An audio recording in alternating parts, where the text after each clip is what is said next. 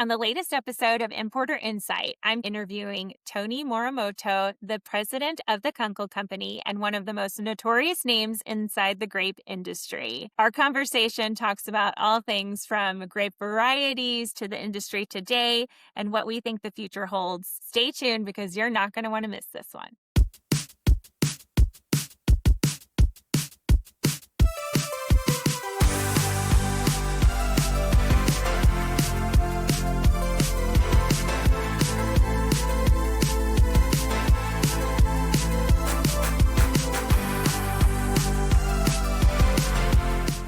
Tony, welcome to Importer Insight. We're so happy to have you today to discuss grapes. Just first of all, for people who don't know, can you explain how you got into the industry?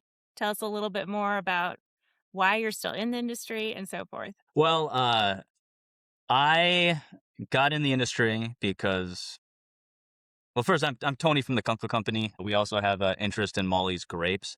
And Molly's grapes Molly's grapes is trying to find a solution to the problem of when the consumer goes to the store and they want something sweet and they want a brand they can trust. And that's the problem Molly's is trying to solve. You have berry companies out there trying to do the sweetest batch, and I think they're succeeding, but it's really difficult to succeed at $9.99 a pound. And we want to do it for $3.49 a pound with our grape program. And a lot of that is just being at the grower level, people in the field, making sure you're picking the right stuff to go into the bag. And because you do that, it's going to be a limited program. Not everybody can get it. The fact is you're not going to supply Walmart because you're just not going to be able to get the best fruit to all the Walmarts. There's just not enough good fruit out there. And their requirement is, hey, we need fruit on the shelves. And that's kind of the minimum requirement. They have, minimum rings, and they have minimum Brix, and they have a minimum pack dates, and they have all this other stuff. And that's great. It puts fruit on the shelf. But, if your requirement is, hey, this stuff needs to also taste really good, well, there's just not enough fruit to meet those requirements. And if they started to do that, well, we're progressing in that way as a grape industry of trying to get better varieties that Brix better, that people taste better. But we are going that way. But right now, if they just made a decision today, hey, we need this minimum taste test and not just Brix, because Brix has acid and sugar, but hey, it needs to meet this minimum flavor requirement on our taste test, it's just not going to happen. They just won't have fruit.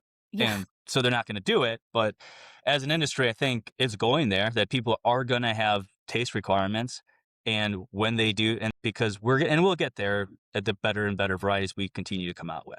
Mm-hmm. But I got in the industry because for 22 years, my dad was saying, "Hey, listen, I work every day. I work 80 to 100 hours a week in produce, so you can go to college, and so you don't have to do what I do." And then when I graduated, it was 2009 and the recession, and I had an accounting degree, and I passed 2 CPA tests, and it was just a terrible time in every single industry, and worked for a renewable industry for a while. And he said, "Hey, someone's retiring. Why don't you just come by and see if you'd like it?" And I came in and I became the #1 salesperson. And then I've been here 12 years or whatever my LinkedIn profile says. And I just keep doing things to stick around, and I don't know why. Yeah. I have nothing better to do. Yeah. And you're going to be a lifer like me, I think. You said 2009. I graduated in 2008. Okay. Similar. So right there. Time and similar situation where I came to work for my dad, and I've just loved it ever since. But yeah, I think it's a good life. The produce life is the best life in my opinion. No, you could dream bigger. There's a lot of better things to do than produce. It's so terrible. Well, you feed people. It makes people happy. You mentioned you were talking earlier about varieties. There are a ton of varieties in grapes. I didn't realize that until I worked for a grape company. For a little while. Tell us more about that. There's so many different varieties. There's cotton candy. There's the autumn crisp. Please. There's so many different varieties, but are there too many different varieties? Realize. Yeah, no, there's too many varieties. It's a problem. The problem really is there are so many varieties. Mm-hmm. I mean, and not necessarily that there's so many varieties, but the problem is you have Sunworld and IFG, and those are the two main ones that developing the new varieties. But everybody thinks it's going to be the next Autumn Crisp, and you should pay us X dollars per case to market this, because the consumer's going to go out and they're going to know what an Autumn Crisp is, and they're going to know that it's great, and they will pay $3 or $4 more a pound. And so you should give us $5 a case plus on the front end, and plus 3% on the back end. And you know what? There's only one Honeycrisp. They did a great job with it, and we don't need to recreate that. They're trying to, like, a Cosmic Crisp is the next big thing. I'm telling you, be sweet, whatever is the next. There's always the next thing. And you know what? Mm-hmm. They're great, but am I going for a 99-cent Fuji? Yeah, give me a 99-cent Fuji over a $5 Honeycrisp, because it's not that much better. So it's like 10 years ago, Honeycrisps were $100 a case, and now it's like they're 50. It's because they just planted all of them. They planted trees, and it takes this long to grow, and now it's oversupplied. So now it's just a normal price. And that's the way Honeycrisp is going. Whereas, like, same thing with cotton candy. When I started, it was cotton candy. You could only get it if you were a specific retailer, and you had to know somebody. And then it was, $50, $60 a case. And now it's everybody's growing it, and they looked like trash before. They look terrible. And now the stuff coming out of Chile and Peru looks great. I mean, it looks just like a green grape. They're hard. They're crunchy. They figured it out. And you know what? They figured it out for $40 a case. And next year it's probably going to be 38. And then it's going to be 36, because there's just so many. There's so many. And the problem with the flavor profile of the cotton candy is it's too sweet for a lot of people. People don't want something that sweet. Personally, they don't. I don't like it. Like, it's not my favorite. Yeah, it's because there's no balance. It literally is like eating cotton candy. And people want balance to their food. It's just this contrast or flavor profile. There's a lot more that goes into a flavor profile than just straight sugar. And if you want straight sugar, and a lot of people do, then that's great. And that's what an Autumn Crisp, I think, provides, which is also too sweet for a lot of people. But it's big, it's hard, it's crunchy, and it's not as sweet, but it still tastes great. But you're getting to a point where, you know what? Do I need a $44 case of Autumn Crisp, or is a $32 Sweet Globe good enough that I can sell for $1.50 less a pound? And you know what? The Sweet Globe is an amazing grape. It is, I think, my personal favorite grape is the Sweet Globe. It is hard. It's crunchy. You have this amazing color on it, and we call it finish, where it looks like frost on a glass window. It's just this beautiful frosted finish. It's amazing, and you get that, and it tastes great. And you know what? And you can get it for $2.99. And why would you want to eat anything else? I mean, when I remember very distinctly when my now wife and I started dating, that we went to the grocery store together, and we got grapes, and she put it on the register, and it rang up at $14. And I said, "I'm sorry, you put that back." And I'm like, "We're not buying." Listen, grapes are a luxury item. You don't need grapes. You don't need them. You don't need to take a roll of dice on sour fruit for $10. But if you can go in and find something consistently good that you can count on, well, then you're going to buy it. You're going to buy it every time. And if it rings up at under $10, you're going to buy it, because there's 2 pounds of grapes in a bag, or 1 pound in clamshell. We do 2 pounds in a clamshell, and they taste great, and you can count on a grape flavor, and you can count on that way more than blueberries or strawberries that are going to last maybe a day in the fridge, whereas grapes last a week. And the best thing about grapes is you can throw them in the fridge, and you can put them behind stuff, and you can forget about them, and then remember you have them a week later, and they're still good. Whereas if those are strawberries or blueberries, they are rotten, and they're smelly, and they're bad, and they're leaking, and now you got to clean your fridge. And that is not a good situation to be in. Absolutely not, especially when you're paying so much at the store. But going back to your variety question, I mean, so you have all these varieties, and there's only so many good ones. And we're getting to the point where if you ask a normal consumer, "Hey, what's your favorite variety of grapes?" they're going to say red or green or cotton candy, and that's it. Those are 3 choices. They're not going to say Autumn Crisp, and they're not going to say Sweet Celebration or Allison or Crimson or whatever sunshine variety there is. They're going to say red or green, and that's all. That's what they know. And if you ask, because you can only keep so many things in your brain. And it's just like, if you name, it's just like apples. How many varieties of apples do you know? Well, maybe Granny Smith, because it's the only sour one, and maybe Honeycrisp, and maybe Red Delicious, because you've seen it on a photo, but no one's ever bought one. And that's why they ripped them all up. And that's all. Or else it's like, I'm going to eat whatever, you see the sign, it's like Pink Crips, because Pink Lady is a trademark. And you know what? No one really cares. It's red. So they're going to buy it because it's a red apple. And that's kind of what it is. People really they're like, I know Honeycrisp and other red apples. And I know Granny Smith's the only green apple, and that's it. And just ask the average person. I mean, and it's really, us as an industry, we're a terrible job at marketing. And that's what Molly's is trying to do, is do a better job marketing, and knowing that our brains aren't registered to think about specifically a variety name. But if you put like a beautiful pink bag and a symbol on it, that we Sure. pattern recognize symbols, and that's what we do. It's like, we have a beautiful pink symbol, that's Molly's, and people are like, oh, I recognize that symbol, I'll buy it. And that's what we're doing as part of the Molly's flavor promise, and to make stuff Molly good, because people just don't know it. And what we're finding out when we're going to people, it's like, hey, I can get you sweet celebrations. Well, I know what that is. And the reason why varieties are important is, for the average buyer, they know that it's all about percentages. You go to the casino and you're just rolling the dice at the craps table, and then you're just kind of counting on percentages. Whereas I know if I order a Sweet Globe or Sweet Celebration, that percentage wise, there's probably an 80% chance it's going to taste great. And that's why the varieties are important to a produce buyer. And I know there's like, a 90% chance if I order a non-crisp, it's going to taste good. And that's great. And there's maybe like a 50% chance if it's a crimson, it tastes good, and like a 30% chance if it's a flame, it tastes good, and a 1% chance if it's a pearl, it tastes good. Like, we're just doing percentages, but that's not going to translate to the consumer at all. And so what can translate to the consumer is, if they go to the store and they buy the bag and it tastes good, they'll go back the next week and buy the bag, because their brain recognizes, hey, this is in season. There's like 5 seasons we have, but we have a CTO now, and I asked him like, hey, what country of origin did you buy? And he goes, there's different countries. He's like, no idea.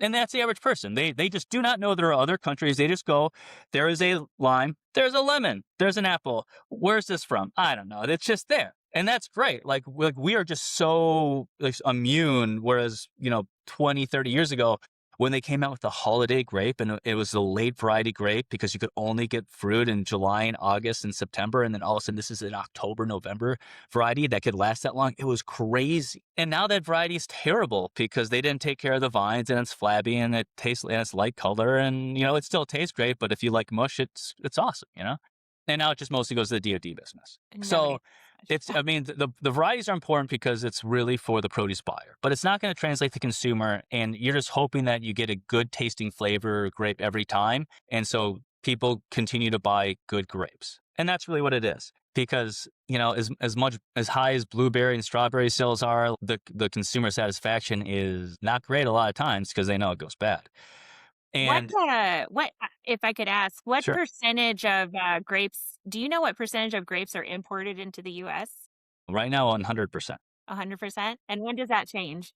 So, so the seasons, you have all these different seasons. So you have the USA season that goes from July, and we grow until October, maybe November, and then everything's stored up and packed in totes, and then we repack stuff until December, hopefully.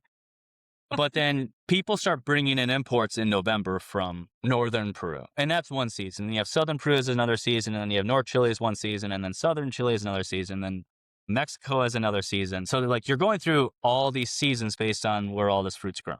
And so that's why when you transition from USA, and people want to stay in USA as long as they can, even though the quality is maybe, it's because the sugar's so great.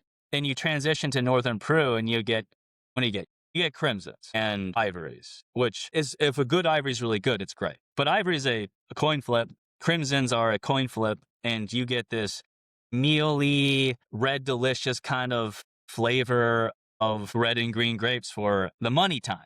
November, December, January, because the real good Peruvian fruit doesn't start until southern Peru, which is January. So you have 3 months of really big, beautiful grapes that taste, they're flat. They don't taste great.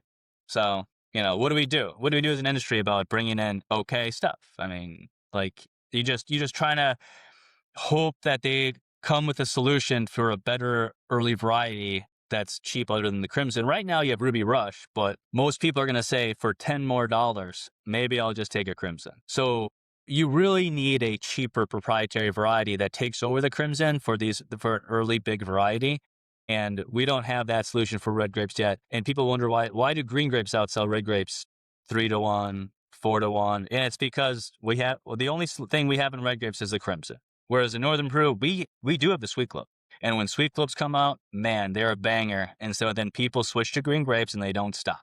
Because why would you switch to red grapes when, again, the average consumer doesn't know when the sweet celebration starts? So for 3 months, you get junk, really, for red grapes. That's why people switch. And that's why you have a 3-1, 4-1 ratio. And why they keep bringing red grapes in? Well, by the time you get to Southern Peru and you get to, Southern Chile, you get awesome red grapes. And they taste so good. And they taste better than the green grapes. And they look better.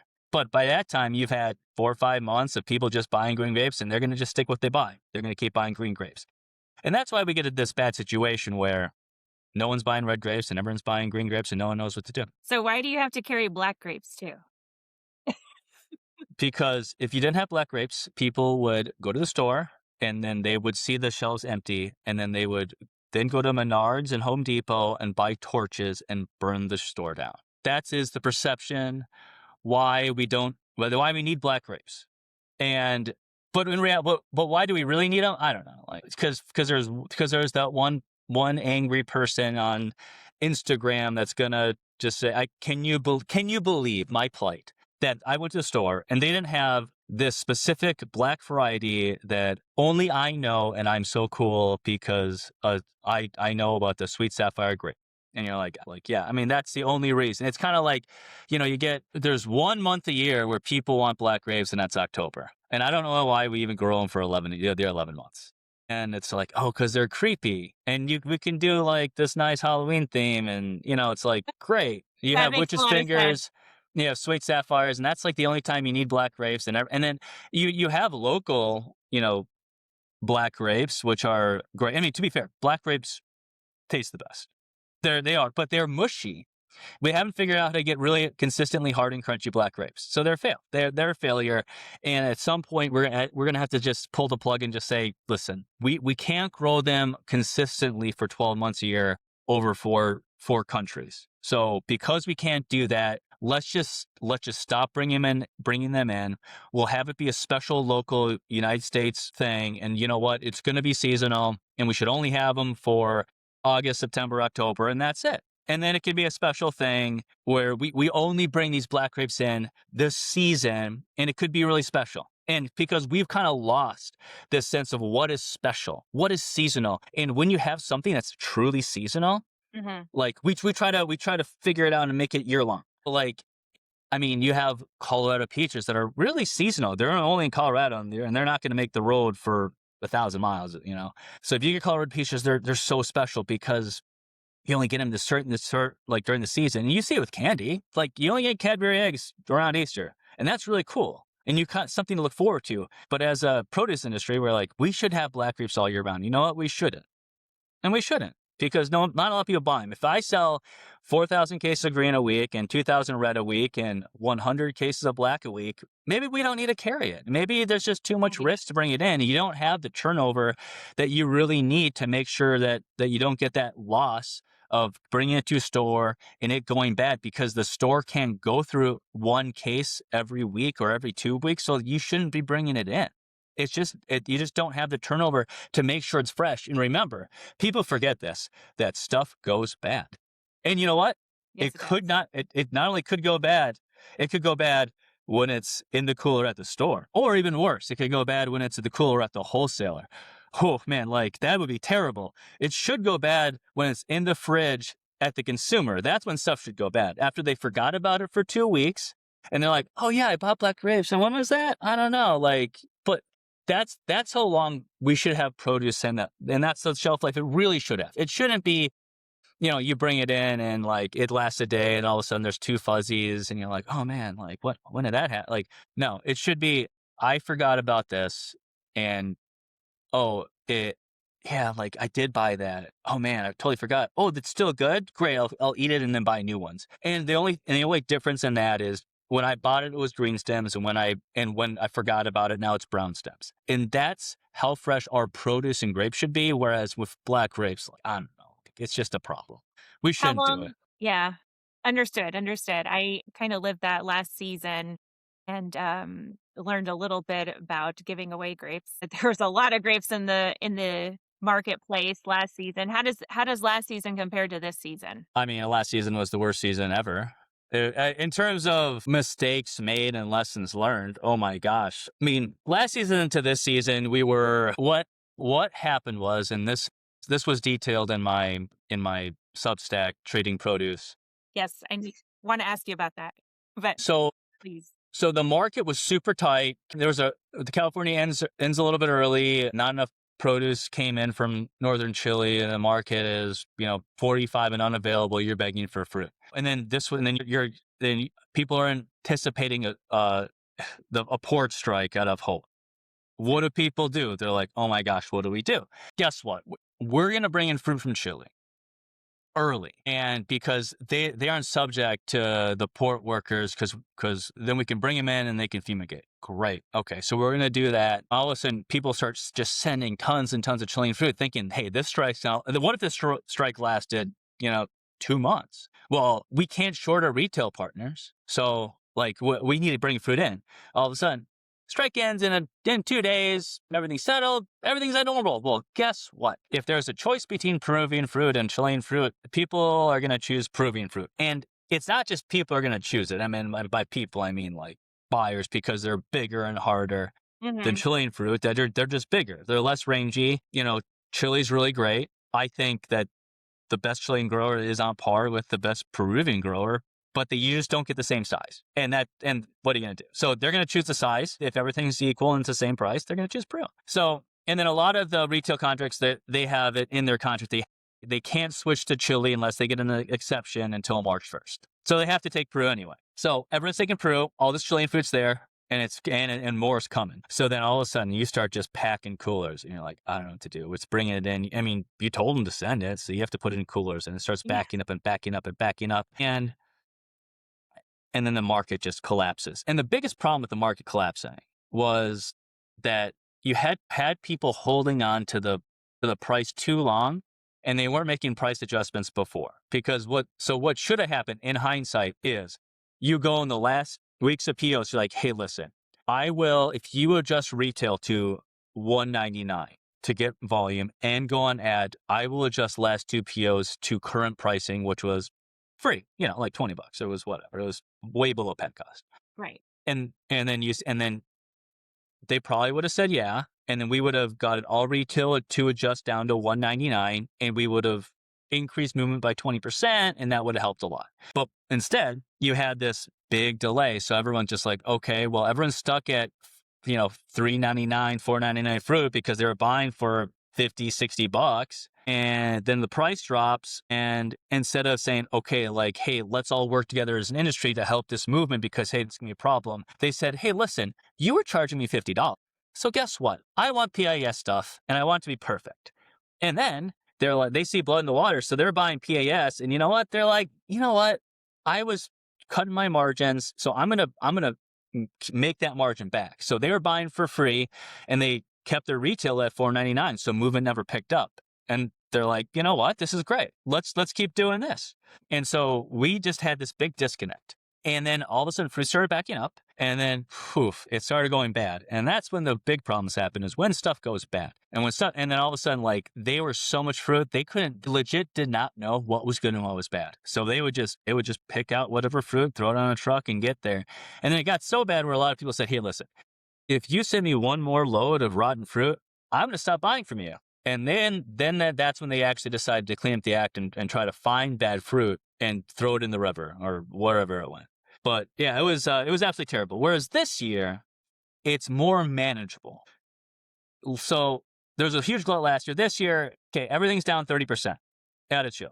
Well, they sent the most fruit ever last year. So let's just say it's down, I don't know, like 10%. So, but the problem is, no one has adjusted the vines in the real way to match what you need for red and green grapes. Because what they should be sending is 4 green loads for every 1 load of red, because that's what people use. But instead, they're sending like 1.5 green for every 1 red, and that is just a really bad mismatch. It's a really bad mismatch because you need way more green than red. So now you have the situation where greens are kind of unavailable and we're hand to mouth on green, and then reds are, hey, oh my gosh, we need to get rid of them. And we kind of want this kind of money, we'll give you PAS because we're not cleaned up. And it's a big problem with reds.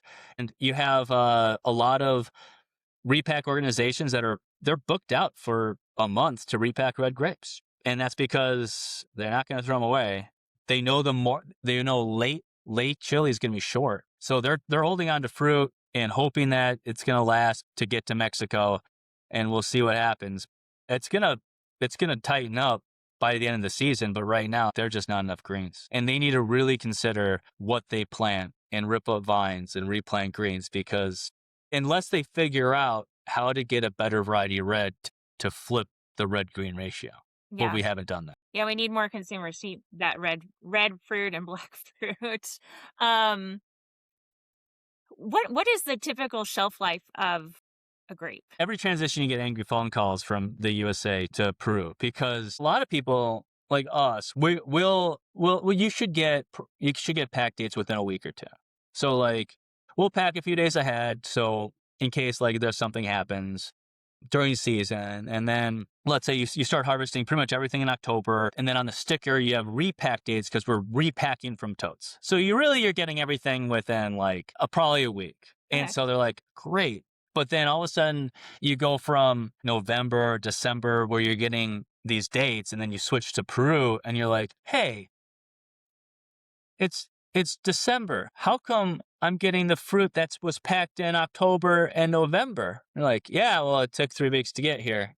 That's why. And people just forget how long it takes. Fruit should last 80 days, no problem, if it's properly stored and cooled. Right. It should last 80 days, no problem. And so like that's 3 months, and that's like good. And I don't know, like let's look at Mexican fruit. Let's just think about it. I mean, and let's do an experiment. Everyone should do an experiment.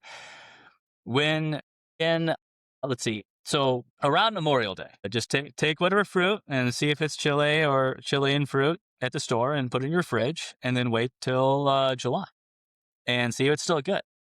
And because all the fruit is from Memorial Day to July 4th is from Mexico, and it is all bad. And I mean, if I was in charge of produce world, I would just say, here's what we're going to do. Ban imports of grapes from Mexico because it hurts grape consumption. We're just going to tell people we can't get grapes during this period. It's a month. You know what? We'll all survive. It will be okay. There's other things you can eat. But until we can get USA produce in a real way from, Dinuba after July 4th, mm-hmm. we're just not going to have grapes, because it kills the grape industry with everything so sour and small, and it's so bad.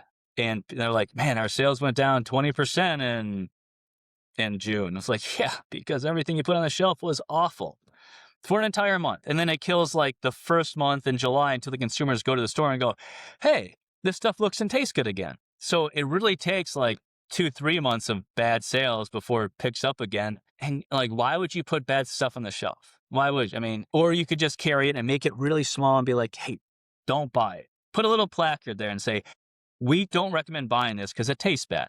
And we know it, but we need to have it so you still come to the store. But please don't buy it. Buy something else instead. And then I'm assuming the Brix is lower for Mexican fruit than other countries. What's the level, or what's the typical level that is needed at the retail Brix space? is a lie. Brix is a lie. Everything's a lie. I mean, it's an objective metric that you can use, but like, so if Brix measures sugar and acid, and it's all acid, it's not going to taste good. So why do we use Brix? It's probably because you can't have like a USDA taste tester there and saying this, like you just can't. You need something objective, and I get it.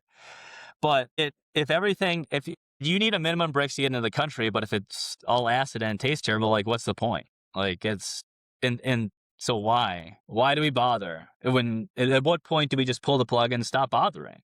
Because you could go on a 99-cent head, and I've had people do it out of Mexico, and no one wants to buy it anyway. It doesn't matter. It could be free.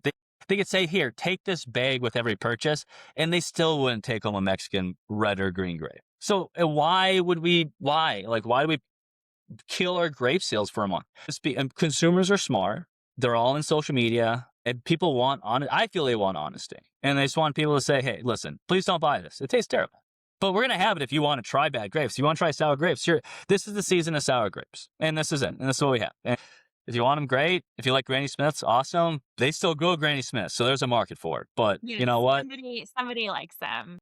So social media, going into social media, you started a Substack called Trading Produce, right? Yes. Produce Trading. Did I say that right? Trading Produce. Trading Produce. Based on trading places.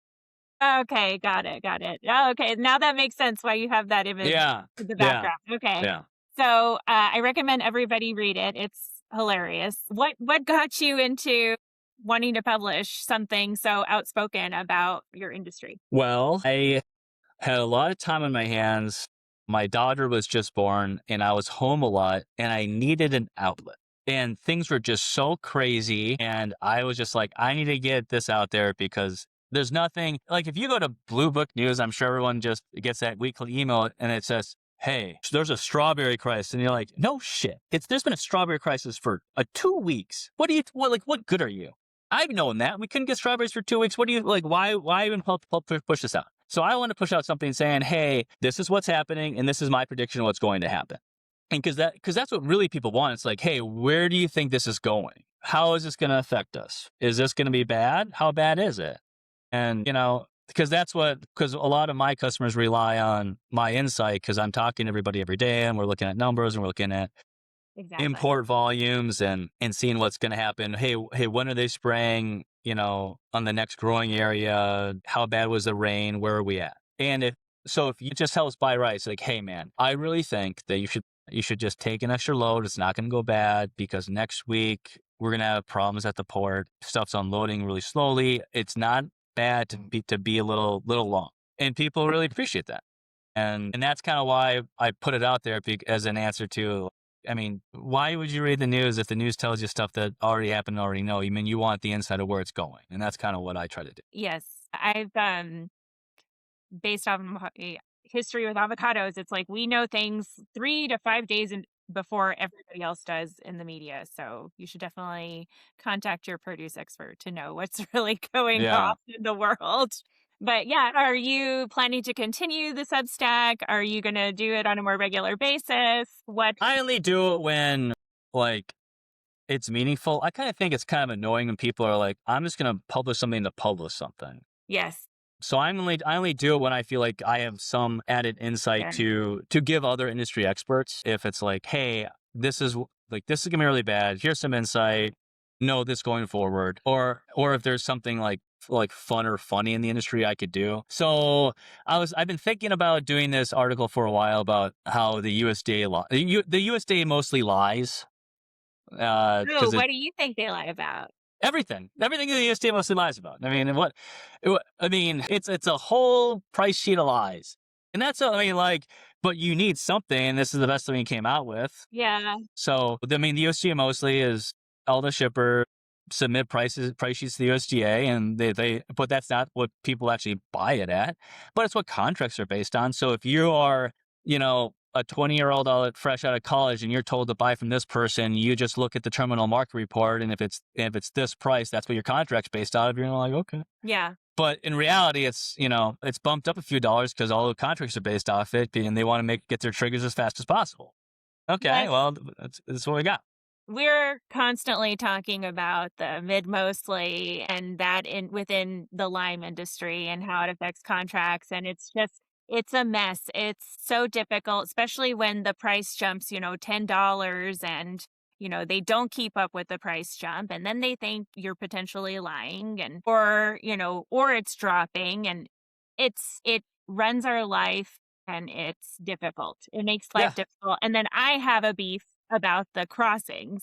I've had that, how things are reported that way. I don't know if it affects your business as much as it does mine, but knowing the volume that's coming into the country is so vital to what we do day to day. And right now they're reporting things that are maybe have been crossed within 10 days. It's not accurate. It's just based on when the custom broker closes the file instead of when it actually shipped into the US, which is what we actually need. And so I don't know how you feel about that, but Well, that's in yeah. 2021. I mean, I remember when I was buying veg, and the important question I always ask, that I learned to always ask after I've been burned once, and it just takes one thing to one time, is when you buy something imported, you say, is it in this country? And they're like, no, it should cross tonight. I was like, okay. Yeah.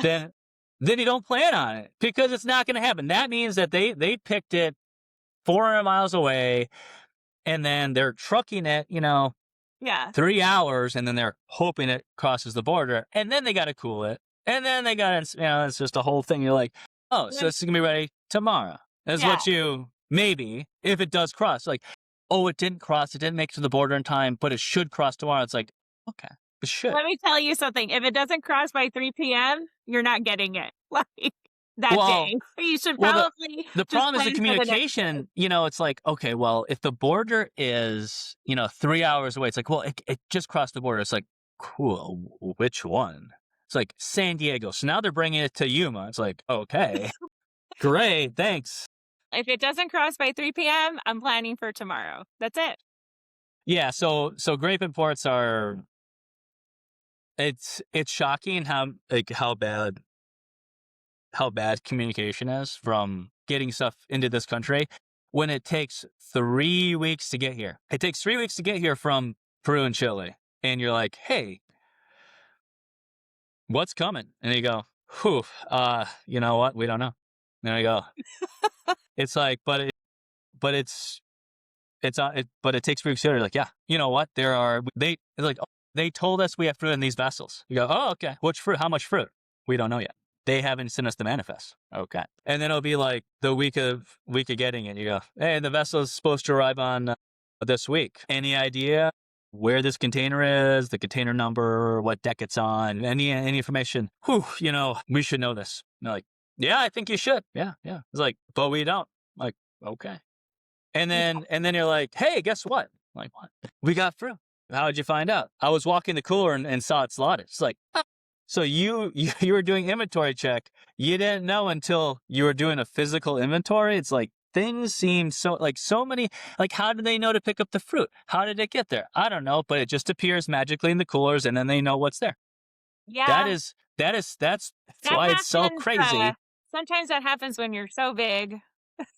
Yeah, you don't know necessarily what's going on. Or like the best part is like getting manifest, like they'll just use random labels. It's like, hey, Yes. I know I have like 10,000 cases of green grapes coming. It's like, oh, cool. Which varieties? I have no idea. And then the next day I go, I got half cotton candies. They are green grapes. I'm like, I guess technically. So, I guess, our product codes are GG too. Everything's GG, green grape, but like, you think you just know more. But here's the thing, like, what's crazy is you have all this food safety. And I know, like, Yes. to get it into this country is so hard. And to be the foreign supplier verification is bananas. It is incredibly difficult.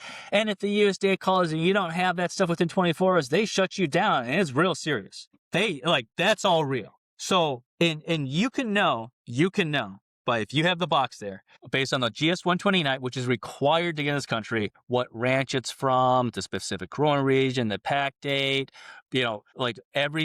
what port it came into, like what ship, like where it crossed, all this information. You probably know the birthday of the person that sold it. That's how detailed the GS 128 is. All that's on the pallet. But until you get it, we don't even know what color it is.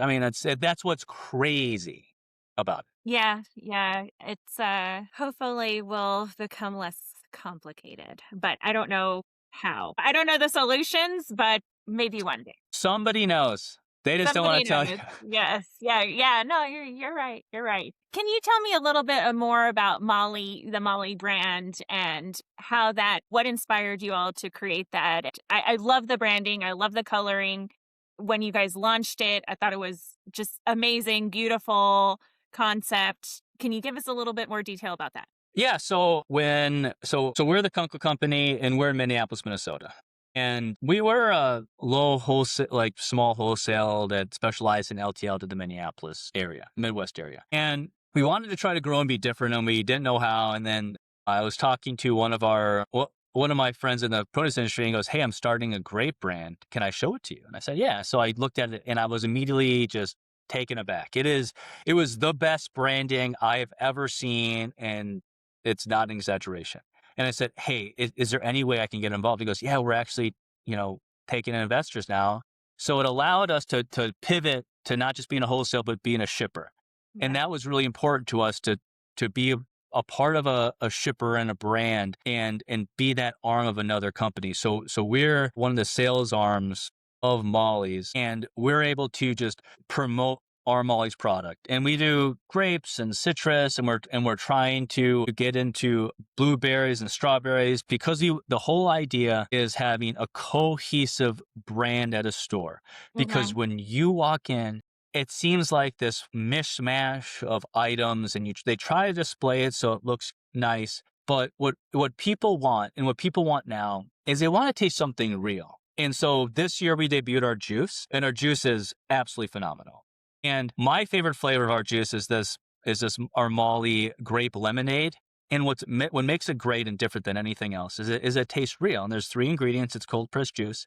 And what makes it taste real is it's not overly sweet. You have this tart flavor profile to it, but not too tart. It's just this nice, refreshing flavor. And because they're like, "Oh, this is real. It is real lemon, and it Mm-hmm. tastes like real lemon." But you have that counterbalance of the grape sweetness to cut the edge off.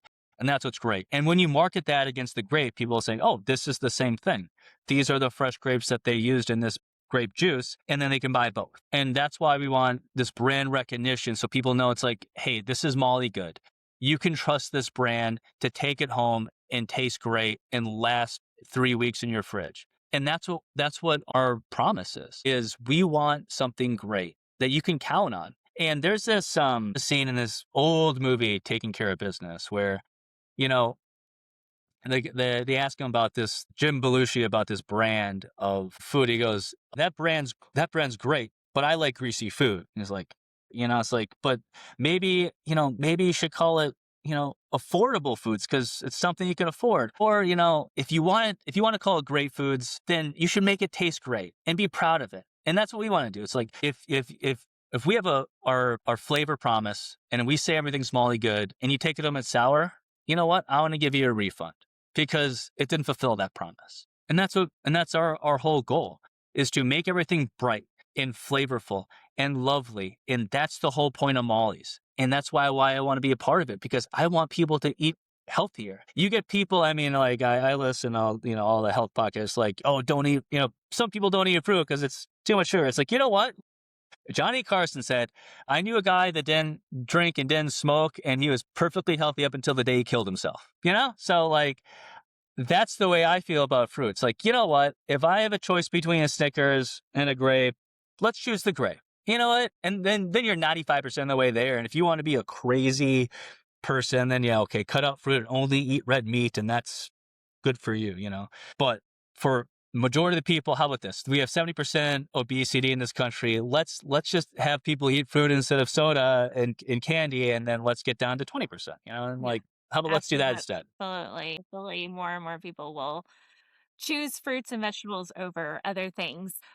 I'm loving this conversation, and I know you're a busy man. You probably need to wrap this up. The last question I want to ask you is, what's the best lesson you have learned in your time in this industry? The number one lesson I've learned, and I learned this pretty early on. It comes from my dad, and he said, "Here's the thing. You can't give bad news fast enough. And if you get bad news, you just, pull the plug, tell your customer right away." It's kind of like in Moneyball. It's like, "Hey, would you want one shot in the head, or you want 2 shots in the chest and bleed to death? You know what? Just rip the Band-Aid off, tell them, hey, like, listen, this is happening. This is going to happen. I'm really sorry. And I tell all my employees, hey, listen, here's how you write emails. 3 sentences or less. One of those sentences is I'm sorry. And that's it. You don't need to over-explain. Listen, if they want a big explanation, it's like, like, it's because this thing happened and this thing happened. It caused this thing. It's like, okay, listen. Just say, I'm sorry. This is going to happen. That's it. The reason doesn't really matter. There's a meteor. It doesn't matter. Hey, listen, like, oil's $900. Okay, I don't care. You know what I care about? You're not going to have the product. And that's the only thing that matters. And then just by telling your customer something as soon as possible, then they can maybe pivot and react, and you've done your job. Yes. I remember this one time, and I was on end in grapes over Memorial Day, which no one should do, because the whole joke about, when do Mexican grapes starts?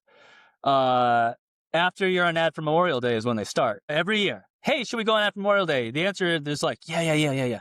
And everybody's like, we're going to start harvesting 2 weeks before Memorial Day. And that gives us 1 week buffer. And you're like, okay. And then you're stupid. You go on ad.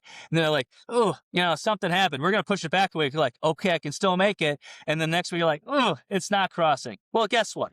You fucked up. You trusted them. Again, every year you trust them and they lie to you every year and you get sucked in. You're paying $45 on the open market to cover your ad price contract at 20. And then guess what? The week right when the ad ends, you're like, great, now it's 99 cents and it's free. And you're like, okay, well. And then every year the trust is broken and nobody cares about grapes again. And it happens every year. I don't know why we do. So don't go on ad Memorial Day, but I was on ad. And this is before I learned all those lessons. And the thing was, fruit was coming. It was coming, and all of a sudden there was a cold snap, and then fruit wasn't going to cross for 4 days. And I got a call and it's like, those 3 loads you have coming tonight, they're not coming, and I'm not going to have any fruit for the rest of the week. I'm the only person that knows. Tell everybody you know as soon as you can. So I picked up the phone, boom. My customer go, I won't have fruit for your ad. Here's what you need to do. Call Coachella right now. See if they'll cover you. You're the first person that knows. Do it right now. Hang up. It's the only call. You understand? Yes. Click. He called me 2 hours later and said, hey, I called. I booked the fruit with Coachella. And then he called me back an hour later and said, hey, you're my first call. I'm going to honor the ad I gave you. But I just want you to know, I got 100 phone calls within an hour after talking to you. And you're the only one I'm filling at that price. And so I felt great. But that's just because instead of waiting and hoping and wishing something would change, it's react quickly, tell your customer as fast as possible, then maybe they can react fast enough so they don't get burned. Then instead of burning a bridge, you can really just help solidify your relationship. Yeah, absolutely. Absolutely. Honesty is always the best policy. And you're right. Information is power in this industry. And the faster you know it, the better you're going to end up. So kudos to you for sharing that as soon as possible and your customer that they were able to survive their ad. I really enjoyed our conversation. Honestly, I think we need to do this again. Yeah, anytime. This is great. I think we need to do this again. Loved it. Loved talking to you. Loved learning a little bit more about the grape industry. I'm definitely not an expert, even though I sold a little bit, very few last year, but mostly gave them away. Anyway, loved it. Please continue your Substack. I always enjoy reading it. It's hilarious. For anybody who is interested, I really encourage you to go check it out. Yeah, we'll talk soon again. Awesome. I appreciate you coming on Importer Insight, and take care. Yep. Have a great day. See ya. Thank you. Bye. Thanks for tuning in to the latest episode of Importer Insight. If you'd like to know more about Tony's companies and his Substack, I'm going to leave those links in the description. Please like, subscribe, comment. Let us know what other items you're interested in learning more about, because imports affect half of the food supply in the United States. Stay tuned. More to come. Take care.